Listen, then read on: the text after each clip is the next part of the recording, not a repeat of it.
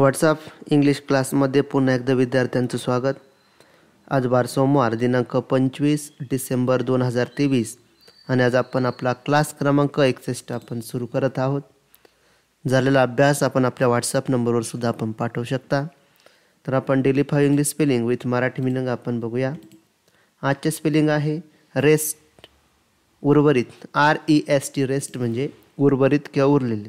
Refuse, REFUSE refuse म्हणजे नकार। त्यानंतर चीट, CHEAT चीट, चीट म्हणजेच फसवणूक।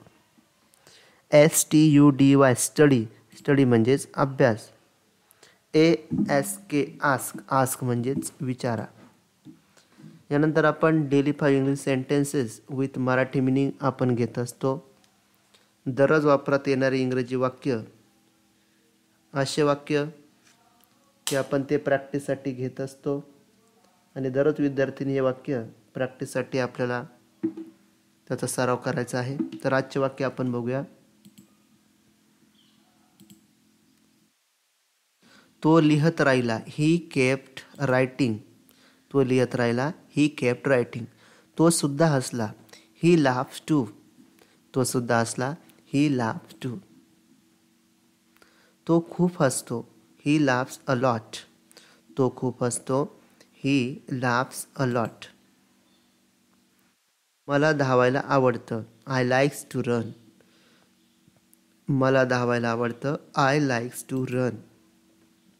आणि आजचं शेवटचं वाक्य आहे, मी परत बघितलं, I look again. मी परत बघितलं, I look again. Punctuation mark म्हणजे विराम चिन्हे यांची आपण माहिती घेत आहोत। काल आपण फुल स्टॉप बघितला। तर चला आपला आजचा क्लास आपण सुरू करू। स्वल्पविराम याबद्दल आपण माहिती घेणार आहोत, म्हणजे कॉमा। वाचताना वाक्याचे निरनिराळे भाग भिन्नपणे समजण्यासाठी आपण किंचित थांबतो। अशा किंचित थांबण्याच्या ठिकाणी स्वल्पविराम देतात। आता एखादी काही गोष्ट आपण बोलत आहे किंवा सांगत आहे तर त्यावेळेस स्वल्पविरामची आपल्याला आवश्यकता असते। आता बघा, आय हॅड बीन देअर, इथं थांबलो, इथं स्वल्पविराम टाकलं बघा।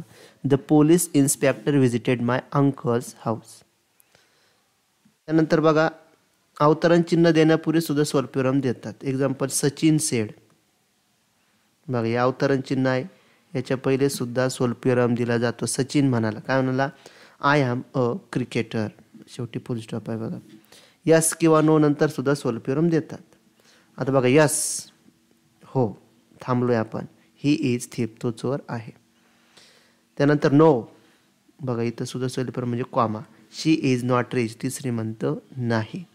तर अशा पद्धतीने आपण स्वल्पविराम कशा पद्धतीने दिला जातो तर अजून काय आपण समजून घेतो। कॉमा, कॉमा म्हणजे इथं स्वल्पविराम। आता कॉमाचा उपयोग पुढील प्रमाणे सुद्धा करतात। बघा, एक वाक्यात एकाच जातीचे दोन किंवा अधिक शब्द किंवा शब्दसमूह आल्यास त्यातील प्रत्येक शब्द वेगळा आहे असे दर्शवण्यासाठी आपण स्वल्पविराम म्हणजेच कॉमा आपण वाक्यामध्ये देतो। आता वाक्य बघूया। She was poor, old, weak and miserable. ती कशी गरीब आहे, त्याच्यानंतर म्हातारी आहे। आता बघा, इथं पोअर आणि ओल्ड, इथं दोन संकल्पना आहे बघा, इथं स्वल्पविराम आणि इथं। त्यानंतर Neela, Kamala and Vimal came together. Vimala came together, इथं वाक्य एक झालं, विमला केम टुगेदर।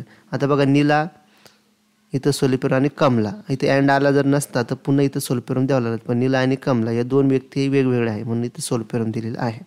आता बघा, अवतरण चिन्ह स्पष्ट करण्यासाठी सुद्धा देतात। आपण मगाशी मागच्या पण उदाहरण बघितलं, ही सेड, इथं कॉमा दिलेलं बघा, I am going. Who is Payal, प्रश्नचिन्ह आहे, I ask Shambhuda, who is Payal तिथं। आता बघा, नामे व शब्दसमूह यांचा परस्पर संबंध स्पष्ट करण्यासाठी सुद्धा आपण स्वल्पविराम, बघा, Rajni, my sister is very punctual.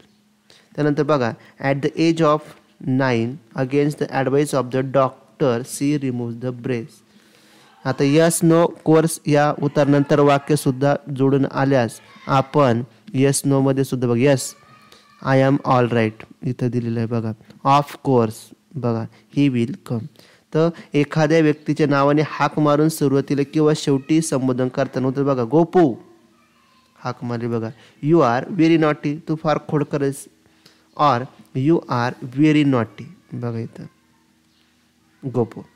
आता बघा mama, mamma, can I come with you, मी तुझ्याबरोबर येऊ का मम्मा, बघा व्यक्तीचं नाव घेतलं आणि स्वल्पविराम. आता बघा छोटेसे अवतरण बोललेले वाक्य दुसऱ्या वाक्यापासून वेगळे दाखवणे करण्यासाठी सुद्धा आपल्याला कॉमा दिला जातो. आता बघा आय एम ऑल राईट, दुसरं वाक्य सुरू झालं. ही सेड, तो म्हणाला. बघा इथं परत बट पायल इजंट इट. तर अशा पद्धतीने कॉमा कुठे कुठे दिला जातो आणि कशा पद्धतीने वाक्यात त्याचा उपयोग केला जातो हे आपण आजच्या क्लासमध्ये आपण बघितलेलं आहे. तर विद्यार्थ्यांनी व्यवस्थित लिहून घ्या. कॉमा आल्यानंतर याला कॉमा म्हणतात, ध्यानात ठेवा. त्याचा उपयोग आपण कसा करतात ते पण आपण बघितलेलं आहे. तर भेटूया आपण उद्याच्या क्लासमध्ये. थँक्यू.